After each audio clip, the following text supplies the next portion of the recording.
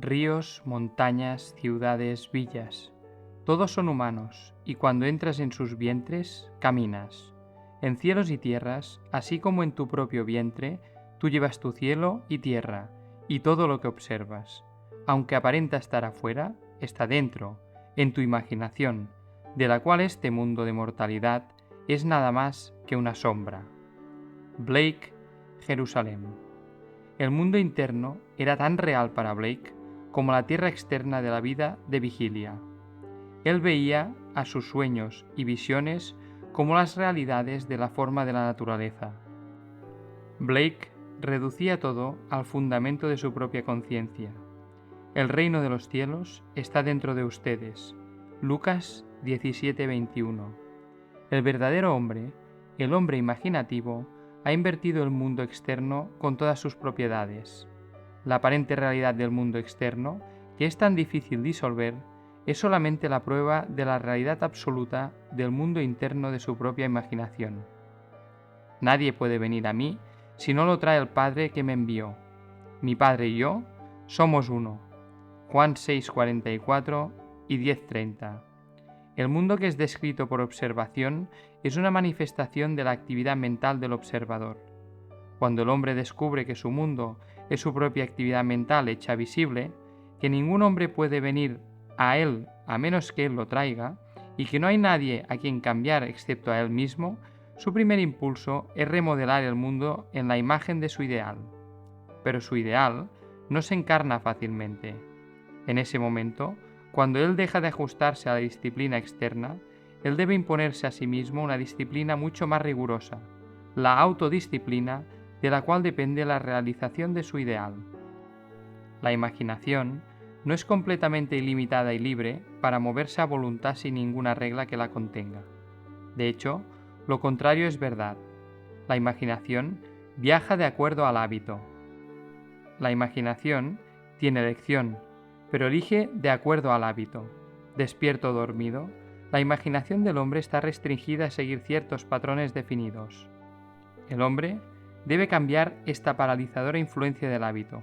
Si no lo cambia, sus sueños se desvanecerán bajo la parálisis de la costumbre. La imaginación, que es Cristo en el hombre, no está sujeta a la necesidad de producir solo aquello que es perfecto y bueno. Ejercita su absoluta libertad de la necesidad al otorgar al ser físico externo el libre albedrío de elegir entre seguir el bien o el mal, el orden o el desorden. Escojan hoy a quién han de servir. Josué 24:15. Pero después que la decisión ha sido hecha y aceptada, forma la conciencia habitual del individuo. Entonces, la imaginación manifiesta su infinito poder y sabiduría, moldeando el mundo externo sensorial de las apariencias en la imagen del habla interna habitual y las acciones del individuo. Para realizar su ideal, el hombre primero debe cambiar el patrón que su imaginación ha estado siguiendo. El pensamiento habitual es el indicativo del carácter. La manera de cambiar el mundo externo es hacer que la acción y conversación interna se igualen con la conversación externa y las acciones del deseo cumplido. Nuestros ideales están esperando a ser encarnados, pero a menos que nosotros mismos igualemos nuestras acciones y conversaciones internas a las acciones y conversaciones del deseo cumplido, serán incapaces de nacer.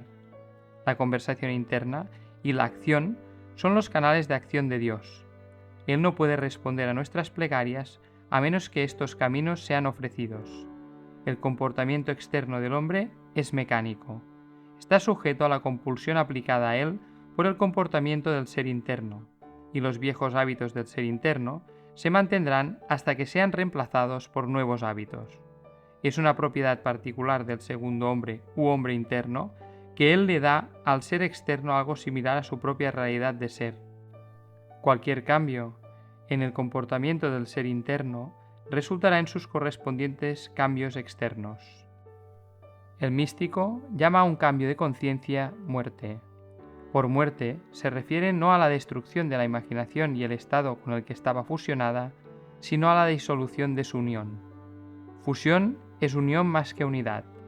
Por tanto, las condiciones a las que esa unión dio vida desaparecen. Yo muero diariamente, dijo Pablo a los Corintios. Blake dijo a su amigo Craig Robinson: «No hay nada como la muerte. La muerte es lo mejor que puede pasar en la vida, pero la mayoría de la gente muere tan tarde y toman un tiempo despiadado en morir. Dios sabe, sus vecinos nunca los ven resucitar de entre los muertos. Para el hombre externo de los sentidos, que no sabe nada del hombre interno del ser, esto es un simple disparate». Pero Blake lo dejó bien en claro cuando escribió esto un año antes de morir. William Blake, uno que disfruta muchísimo de estar en buena compañía. Nació el 28 de noviembre de 1757 en Londres y ha muerto varias veces desde entonces. Cuando el hombre tiene el sentido de Cristo como su imaginación, él ve por qué Cristo debe morir y resucitar nuevamente de entre los muertos para salvar al hombre, porque él debe separar su imaginación de su estado presente y unirla a un concepto más alto de sí mismo si quiere elevarse más allá de sus presentes limitaciones y por lo tanto salvarse a sí mismo. Aquí tienen una historia encantadora de una muerte mística que fue atestiguada por un vecino. Así escribe la que resucitó de entre los muertos. La semana pasada, una amiga me ofreció su casa en las montañas para las fiestas de Navidad, ya que ella pensaba irse al este. Me dijo que me confirmaría esta semana. Tuvimos una agradable conversación y le hablé sobre usted y sus enseñanzas, en conexión con una discusión sobre el experimento con el tiempo de Dunne, sobre el cual ella estaba leyendo. Su carta llegó el lunes. Al recogerla, tuve una repentina sensación de depresión. No obstante, cuando la leí, ella decía que podría tener la casa y me dijo dónde encontrar las llaves. En lugar de sentirme contenta, me sentí más deprimida, tanto que pensé que debía haber algo entre líneas que estaba percibiendo intuitivamente. Saqué la carta del sobre y leí la primera hoja completa. Al pasar a la segunda hoja, noté que ella había escrito una nota detrás de la primera hoja. Consistía en una descripción extremadamente directa y severa de una característica de mi personalidad no muy agradable, con la cual he luchado durante años por superarla, y en los últimos 2 años yo pensé que ya la había superado. Pero aquí estaba otra vez, descrita con exactitud clínica. Estaba asombrada y desolada. Me dije a mí misma, ¿qué me está queriendo decir esta carta? Primero, me invita a usar su casa, ya que me he estado viendo a mí misma en una hermosa casa durante las fiestas. Segundo, nada viene a mí a menos que yo lo traiga. Y tercero, he estado escuchando solamente buenas noticias. Entonces, la conclusión obvia es que algo en mí corresponde a esta carta y no importa lo que parezca, son buenas noticias. Releí la carta y cuando lo hice me pregunté, ¿qué hay aquí que yo deba ver? Y luego lo vi. Comenzaba así. Después de nuestra conversación de la semana pasada, siento que puedo decirte que... Y el resto de la página estaba salpicada con era y estaba como pasas en un pastel de semillas. Un gran sentimiento de euforia me invadió. Estaba todo en el pasado. Lo que había trabajado tanto por corregir ya estaba hecho. De repente, me di cuenta que mi amiga era un testigo de mi resurrección. Di vueltas alrededor del estudio cantando: «Está todo en el pasado. Está hecho. Gracias, está hecho». Puse toda mi gratitud en una gran bola de luz y la disparé derecho hacia usted, y si vio el flash de un relámpago lunes por la noche, poco después de las 6 de su horario, era esto. Ahora, en vez de escribir una educada carta porque es lo correcto que se debe hacer, puedo escribirle un sincero agradecimiento por haber sido franca y agradecerle por prestarme la casa. Muchas gracias por sus enseñanzas que han hecho de mi amada imaginación mi verdadero Salvador.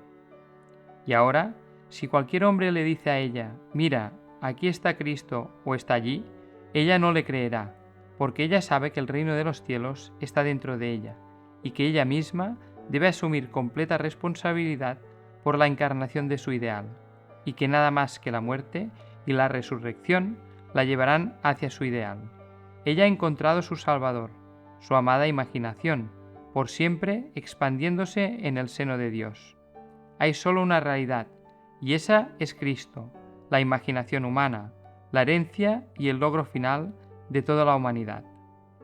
para que nosotros, hablando la verdad en amor, crezcamos en todos los aspectos en aquel que es la cabeza, es decir, Cristo.